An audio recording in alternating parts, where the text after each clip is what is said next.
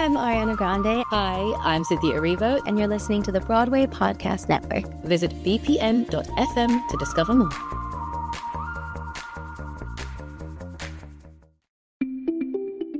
Hey, it's Susan Blackwell from The Spark File, your one-stop shop for creativity where our doors are open and we are calling all brave creatives. The new year is upon us, and if you're feeling uncertain about the world or your creativity, we have got good news. Did you know uncertainty is where creativity thrives? And when you're experiencing uncertainty, the plane of possibility is huge. We're inviting you to make certain that your 2026 heads in the right direction. Join us and other awesome creatives on January 3rd for the SparkFile 2026 New Year Creativity Kickoff. At this one-day virtual retreat, you'll clarify what you want to create and how you want to get there. You'll meet other makers, you'll tap into creative freedom and possibility, and you're going to leave with an action plan for making your creative dreams a reality. It's all happening January 3rd, live on Zoom. Visit thesparkfile.com to register for the SparkFile 2026 New Year Creativity Kickoff and to take advantage of early registration incentives like lower pricing. Y'all, in 2026, let's link arms, fear less, and create more. Visit thesparkfile.com now.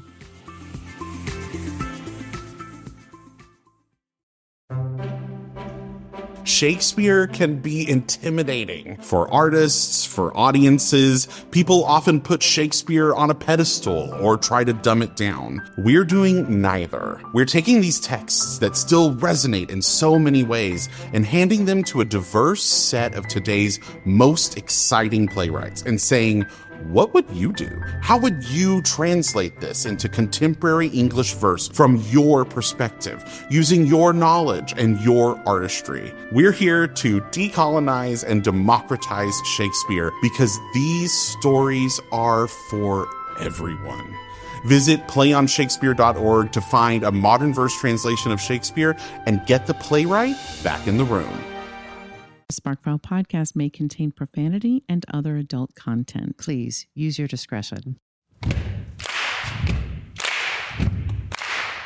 When I bump into something that inspires me, I dump it in my spark file. Could be something that I want to make or how I want to be. I pump it in my spark file. I jump into my spark file. Let's open up the spark file. Welcome to the Spark File, where we believe that everyone is creative, but smart creative people don't go it alone. I'm Laura Camion. And I'm Susan Blackwell, and we are creativity coaches who help people clarify and accomplish their creative goals. Know that just by listening to this podcast, you are joining a warm and wonderful clan of creatives. But hold up, you may be asking yourself, what exactly is a spark file? Well, if you're asking yourself that, we'll tell you. A spark file is a place where you consistently collect all your inspirations and fascinations. Every episode, we're going to reach into our personal spark files and exchange some sparks. And from time to time, we're going to talk to some folks who spark us too. And your mission, should you choose to accept it, is to take some of those sparks of inspiration and make something of your own. So without further ado, let's open up the spark file. Ooh, it felt a little spooky. That is the right tone for today's spark. Ooh, I don't mind it. Oh, you're sparking me, and I'm so sparking you know you. the tone. That's right. But I'm before we get into it, there are so many exciting things happening in the Spark File world. We are moments away from the New Year's Creativity Kickoff, which is happening right at the top of January.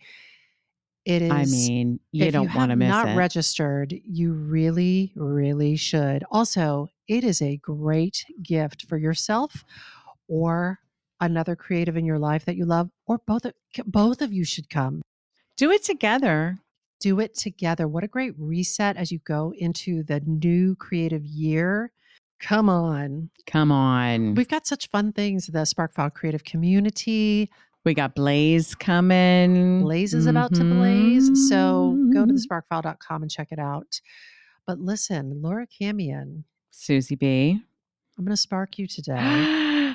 I'm ready. I'm ready for it. I have always been fascinated by a lyric in the Christmas song, It's the Most Wonderful Time of the Year. And that lyric is, there'll be parties for hosting, marshmallows for toasting, and caroling out in the snow. Okay, track, super wintry. Yeah. There'll be scary ghost stories and tales of the glories of Christmases long, long ago. There'll be scary ghost stories. What the hell? For Christmas? As a kid, I was like, Andy Williams, what are you talking about? Scary ghost stories? Are you confusing Christmas with Halloween? But according to an article on history.com written by Elizabeth Yuko, Andy is indeed singing about a Christmas tradition. In several cultures, it is common to tell spooky stories during the winter. Winter ghost stories became especially popular in Victorian England, and you'll see this in Charles Dickens' A Christmas Carol. Well, I was going to say the Ghosts of Christmas Past kind of as a combo on these themes. Got it, sister. Okay, I'm tracking. And then more recently, in Susan Hill's Gothic horror novel, The Woman in Black, which, if you have read it recently, which I have, begins on Christmas Eve. Ooh. So every once in a while here on the pod, we'll share a spark in the form of a story, just a great spark of a story that would make for a great creative project if someone was so inclined to take it and make it. And in keeping with tradition, I've got a story for you. It's a scary wintertime story, and it's all the scarier because it's true and it's very close to home. So I get to just relax and take in a delightful story. Well, maybe a scary story, which I will delight in. I'm ready for this, Suze. Oh, this is very exciting. Well, let me tell you, my sources for today's spark come from a fantastic blog post published on AmericanCatskills.com.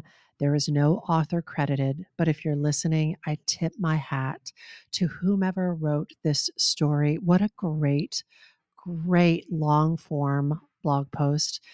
Other sources include a YouTube video by an account called Wally Life and a Facebook account called Uncovering New York. You went deep. So thank you. Thank you to those sources. You ready, Laura? I'm so ready. Here we go. So a couple of years ago, I was laying in bed with my husband on a lazy Sunday morning in upstate New York where we lived at the time. It was autumn. It was gray outside. He was scrolling on a website called Find a Grave, like you do. And he made an amazing discovery that back in the late 1800s, his relatives had left their lives in Bavaria and settled in America. Now, some settled in California, where my husband is from, and some, we learned that day for the first time, settled in upstate New York. And on that lazy Sunday morning, we learned that the graves of my husband's people, the ones who settled on the East Coast, were very near where we were living at the time. And I just thought that it was amazing that there was this whole branch of his family that landed so close to where my husband and I eventually landed 150 years later, and that we were only learning about them now. No one in his family talked about any kin in New York. Super weird.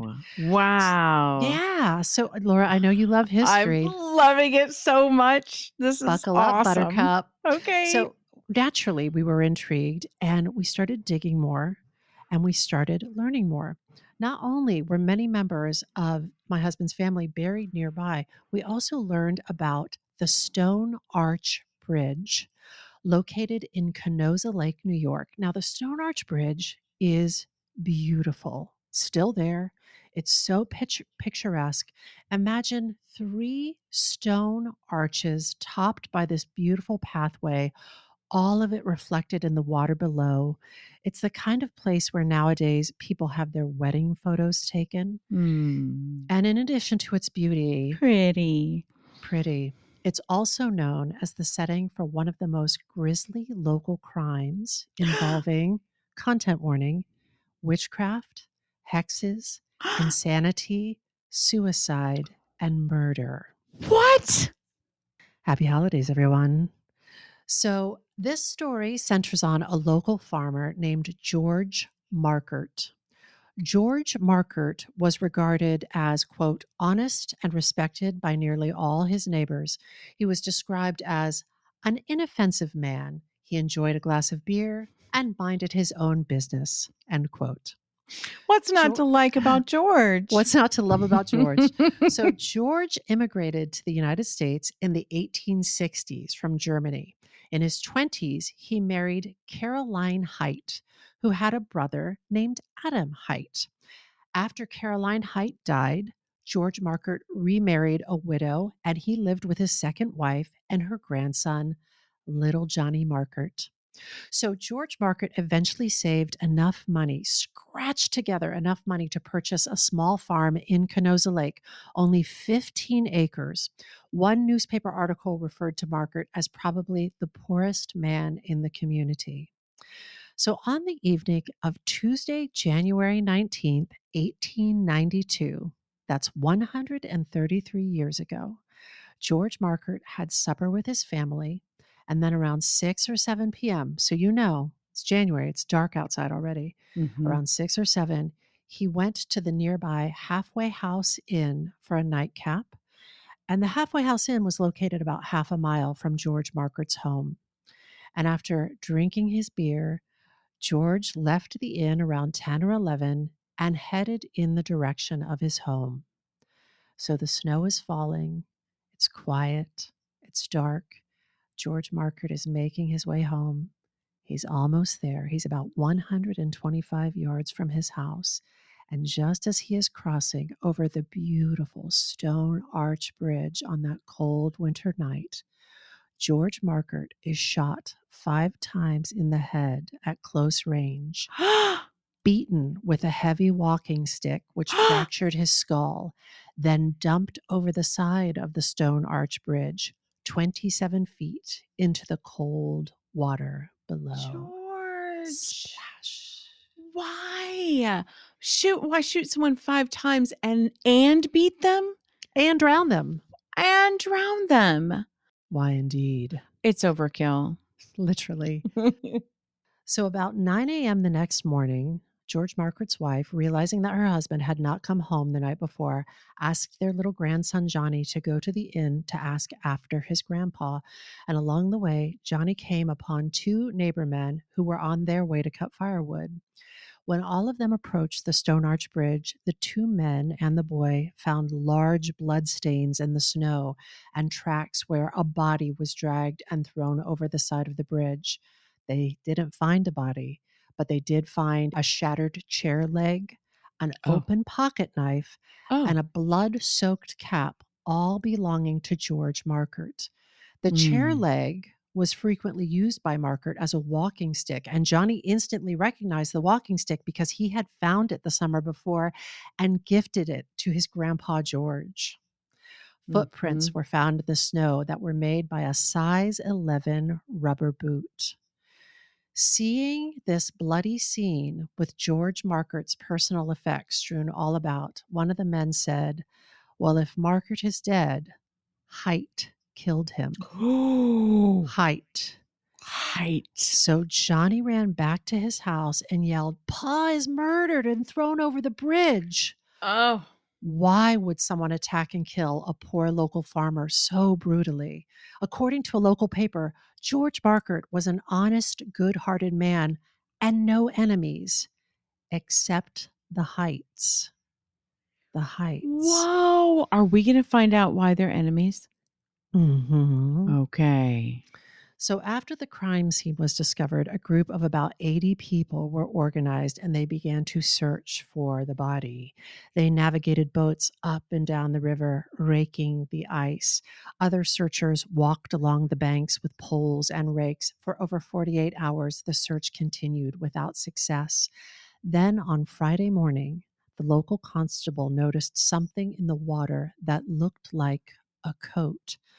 The constable hooked the object that had been snagged under 3 feet of water and pulled it to the surface. It was the body of George Markert, stiff, covered with soft ice. The body was found about a half-mile downstream from the Stone Arch Bridge. George Markert's autopsy revealed 8 lacerations of the scalp as though made by some blunt instrument like a club, an 8-inch skull fracture, and 5 pistol shot wounds, all the bullets found in his body. Whoa. Robbery was determined to not be the motive, as the little money that George Markert had in his pockets was undisturbed. It was also felt that nobody would have committed the deed for money, as the man was poor. But if robbery was not the motive, then what? What was? Would you guess a hex? I would not guess a hex. And who would bludgeon, shoot, and drown a man so brutally? Would you guess the Heights? Only because you've led me to believe they might be involved. Bum, bum, bum. Bum, bum, bum. So Adam Height was the brother of George Markert's first wife, who had died, as I told you. Adam was immediately suspected of the crime, for he had not been on good terms with George Markert and had long wished him dead. Who was it that said if he's dead, the Heights did it? Newspaper article. Mm-hmm. You see, Adam Height believed that the poor farmer, George Markert, was a hexenmeister, or sorcerer, who possessed supernatural powers, and that he practiced the black art of witchcraft. Adam Height also believed that George Markert was a principal midnight visitor to the Hexenkasel, or witch pulpit, where those practicing the black art were said to work their dark magic. Adam Height believed that George Markert had placed a hex on Adam and his family, which had led to a variety of strifes: personal illness, cows who gave bloody milk, the death of a horse and several of their cattle, ruined crops, and foiled business plans. The Heights also believed that George Markert's hex had led to the death of several family members. Adam Height believed the hex began about 22 years before the murder, around 1870, when George Markert patted him on the back 3 times and said, "You are a good brother-in-law, a good brother-in-law, a right good brother-in-law." Adam Height claimed from that time on, I was ailing more or less all the time. I didn't know, and no doctor could tell me what ailed me. Medicine done me no good. My trouble never hindered me from work, but I was always ailing. Then all at once, I got better. Adam Height claimed that his health improved greatly during the several years that George Markert had moved away to Connecticut, but that the pains had started again as soon as Markert returned. At an early inquest into the murders in late January 1892, Adam Height talked openly about his belief that George Markert had cursed him, that George Markert would stroke his whiskers and then twist his hand at the end of each stroke as if he was throwing something at Adam, and that was part of the curse. And as a result, Adam suffered pain in his head and his legs and his side. He visited a doctor. He visited another doctor. He even went to New York City for 2 weeks at the St. Francis Hospital in the Bronx. Adam said, "I was there 2 weeks and got no relief. They gave me medicine 3 times daily, which I couldn't take, and they said they didn't know what ailed me. The professor examined me and found me sound, but he shook his head, afraid-like, and seemed glad when I went away." Adam saw more doctors. He saw a priest. He even saw a witch named Mrs. Stein, who lived on 85th Street in New York City. Oh my gosh. Right? I want to go check out her place. 85th and what? You know, I looked for that address. You know, I could not find it. I was like, West Side, East Side, help me out. But Adam could find no relief. Then one day, Adam found a revolver and a box of cartridges under the railroad bridge near his home. He brought them home, wrapped them up in rags, and hid them away. When George Markert's body was found, letters written from Adam Height to George Markert were discovered in George's coat pocket. 2 years before he was murdered, when George Markert had received several threatening letters from Adam Hite, George went to a Judge Potts and showed the letters to this local judge, and the judge advised George Markert to prosecute Adam Hite, but George never did it, as he felt kindly towards Adam based on their relationship and family connection. What? But Adam Hite did not feel kindly towards George Markert. Adam dwelled on the many tragedies that had afflicted the Hite family over the years. In 1874, Nicholas Hite, Adam's brother, died from his injuries after being hit by a train, and Adam claimed that George Markert had possessed Nicholas to go on the track in front of the train and be killed. Okay. In 1882, Adam Hite's father-in-law died instantly after falling from a wagon, striking his head and fracturing bones in his neck. This, too, Adam blamed on George Markert. In 1887, Adam Hite's mother-in-law was brutally murdered by a drunken ex-sailor commonly known as Sailor Jack. That's its own scary story. Again, Adam Hite blamed the event on George Markert, believing that Sailor Jack was not a witch, but that he must have been possessed by one. My gosh. It was thought that there were probably 20 people, in addition to Adam, in that Canosa Lake community of 200 people that believed in witchcraft. Those 20 people believed when a neighbor's barn burns, they say he has incurred the anger of the witches. When a neighbor's child falls sick, they resort to mysterious devices and incantations to get it out of the power of the witch. They put chalk marks on the doors to keep the evil spirits away and carry charms about their necks. They do many strange things that have been handed down as a means of preventing evil. Whoa. And Susan, this is late 1800s? Yes, sadly. Okay. Yes. We're Thank not you. talking about the 1500s or the 1600s Wow. or the 1700s. We're talking about a new wave of people who believe that witches are bringing the evil. Wow. Wow. But in the weeks following George's murder, Adam claimed that he knew nothing of the murder and that the first that he had heard of it was when the officers came to his house the following day. But upon several searches of the Hite home, a number of pieces of incriminating evidence were found. A blood-soaked .38 caliber revolver, which had recently been fired, a bloody handkerchief, and an overcoat with blood spots. Bullets from the revolver matched those found in the head of George Markert.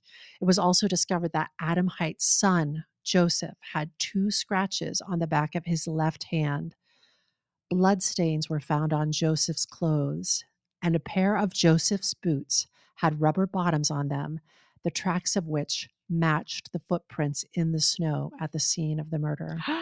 Joseph Hite, Adam's son, was 22 years old at the time of the murder. Prior to being suspected in Markert's murder, Joseph was regarded as having a good reputation. The trials of Adam Hite and Joseph Hite were held separately in August of 1892, 7 months after the murder. They opted to try Joseph first. So when Joseph, the son, took the stand to present his version of the story, they said his testimony was given in a voice hardly audible even to the persons nearest to him. Joseph confessed to having committed the crime, but claimed that he had acted in self-defense. He believed that George Markert had placed a curse on his father and that he wished to help his father in having Markert remove the curse. On the night of January 19th, Joseph waited for George Markert at the Stone Arch Bridge. You see, folklore holds that witches are powerless over running water. So if you want to defeat a witch, wise to do so on a bridge.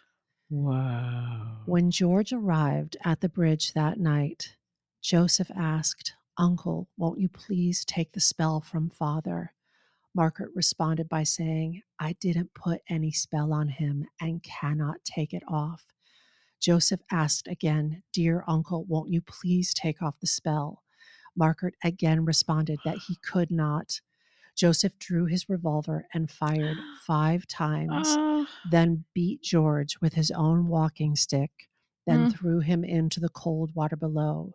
Since the hex had been activated with 3 pats to Adam's shoulder, the witch must be killed 3 ways to break the hex. Oh. Shooting, clubbing, and drowning. Oh, wow. I did not see that coming. Joseph testified that he was alone when he killed Margaret and that his father Adam had nothing to do with it. The jury found Joseph Haidt guilty of second-degree murder, and he was sentenced to hard labor in the state prison at Dannemora for the term of his natural life. When he arrived at Dannemora, the prison physician examined Joseph and thought an asylum would be a better place for him, as he thought Joseph was insane.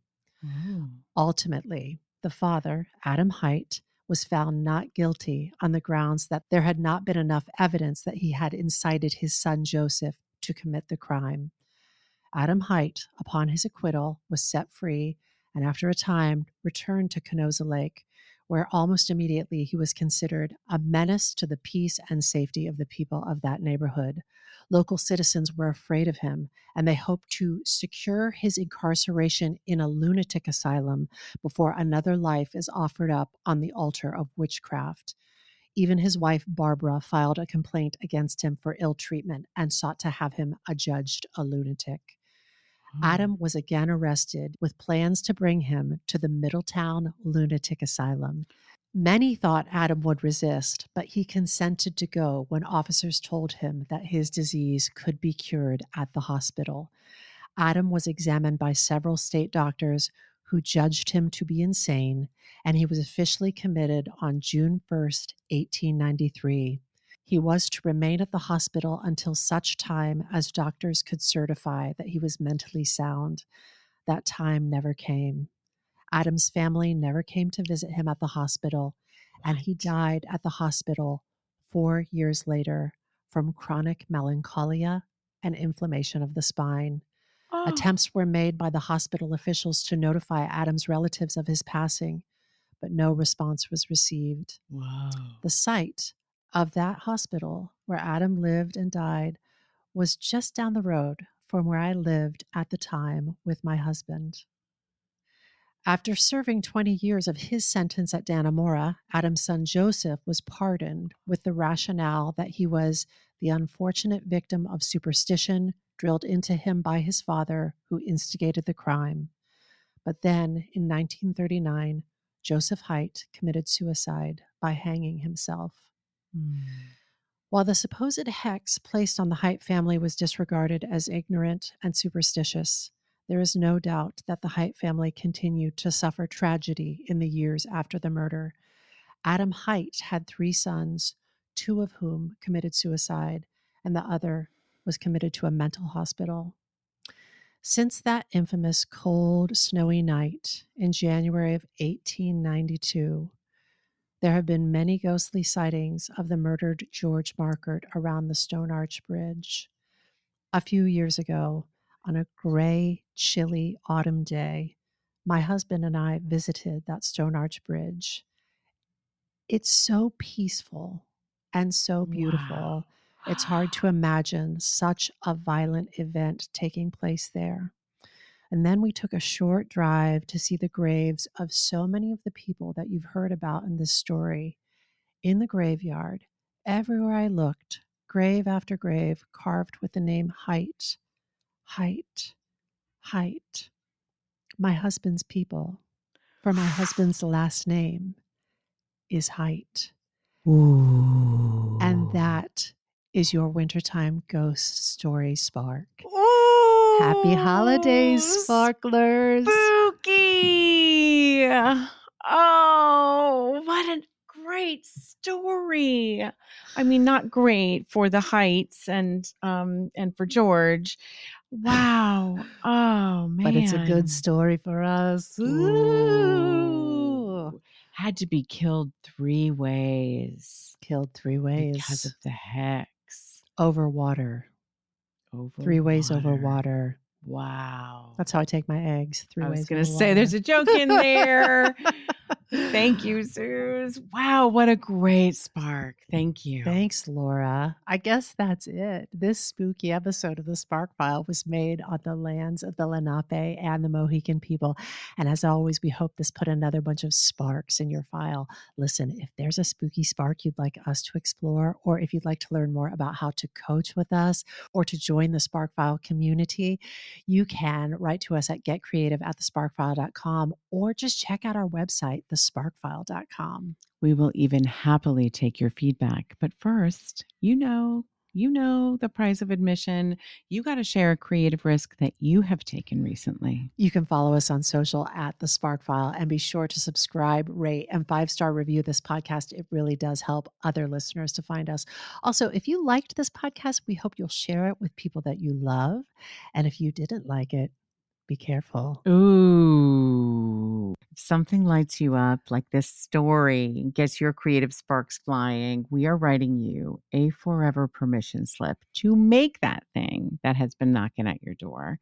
It's your turn to take that spark and fan it into a flame. You know, you got to take it and make it.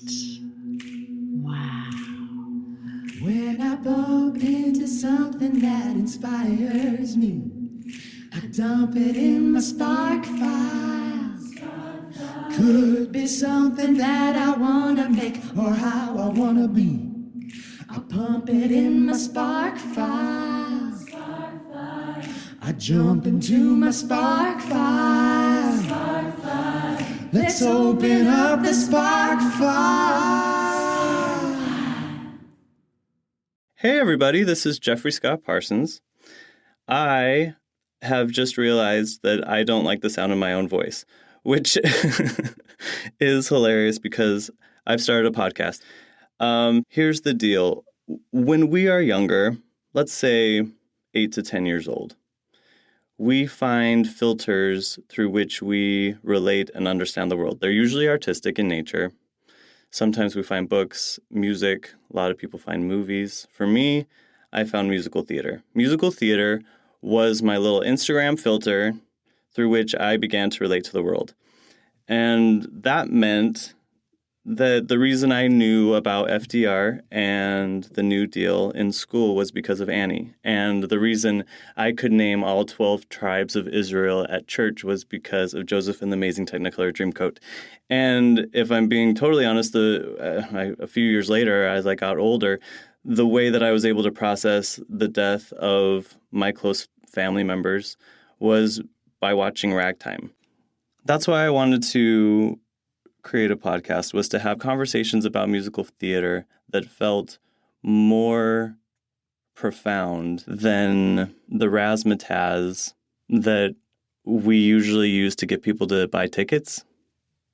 Because let's be honest, I don't care if you think that musical theater is cool. Cool is overrated. I live in Los Angeles, so I know that cool is very overrated. But I do know that musical theater is important. And those are the conversations that I want to be having on this podcast. Here's how it's going to work. Every week, we're going to pick a show. And for that show, I'm going to have a guest.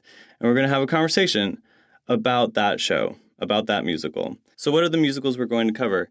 These musicals can be hits. Maybe they're not. There's no shortage of musicals. Let's say, okay, the first musical to win the Tony Award for Best Musical was in 1949, Kiss Me Kate, right? So now we're in 2019. So if we just did the Best Musical winners, and that's not even including the musicals that didn't win Best Musical, like Beauty and the Beast, or West Side Story, or Wicked, or what else? Funny Girl, Gypsy. I think what will be really fun is that every guest is going to bring something different. And everybody has different tastes in terms of what they like the shows to be. Some of these shows will be some of my favorite shows. Some of them will be favorites of the guests. Some of them might be your favorites. And that might mean that we're covering a musical that I don't really care for. I'm looking at you, Mamma Mia. But it's one of the longest running shows in Broadway history, so who am I to say that people aren't connecting to it? So we'll look at it and we'll at least come up with a hypothesis as to why people connect to this show and why it's bringing them joy. So I want to hear from you. If you have an idea for a show that you would want us to cover, just email us at amusicalpodcast@gmail.com, or you can always contact us on Twitter at a musical podcast. I'm excited to hear your thoughts. Tell me what show you wanted us to cover, and then you have to give me a good reason.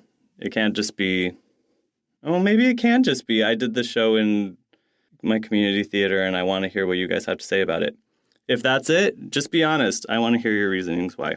Be sure to like, comment, subscribe to the podcast whenever you can, and share it with your friends, because at the end of the day, you're another day older. No, at the end of the day, I want this to be a community where people can come and celebrate this art form in a way that maybe doesn't get explored as much.